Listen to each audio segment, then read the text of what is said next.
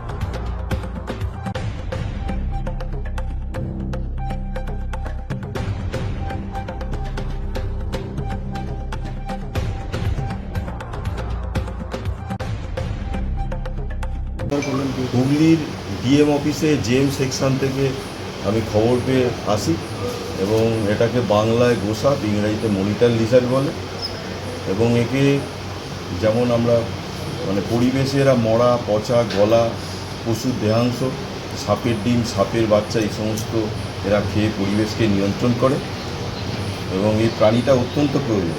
ঝাড়ুদার প্রাণী বলতে এই প্রাণীটা কি বোঝায় এবং বর্তমান সরকারের কাছে আবেদন যে এই বন্য প্রাণ নিয়ে একটু গুরুত্ব দেওয়া অত্যন্ত দরকার, কারণ এদের বর্তমানে বাসস্থানের বড় অভাব।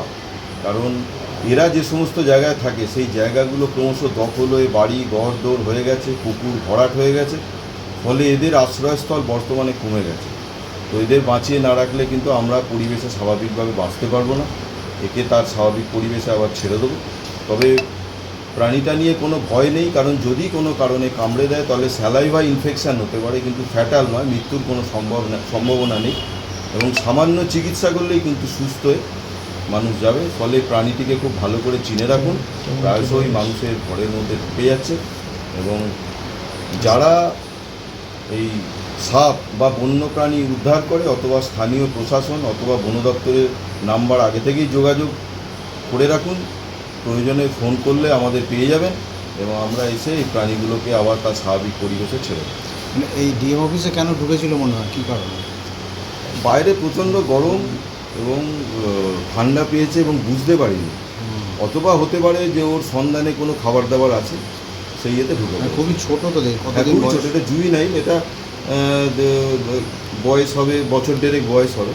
হ্যাঁ, খুবই ভালো প্রাণী এবং এর জীব অত্যন্ত বড়, লক লক করে বলে মানুষ ভয় পায়। ভয়ের কোনো সম্ভাবনা নেই।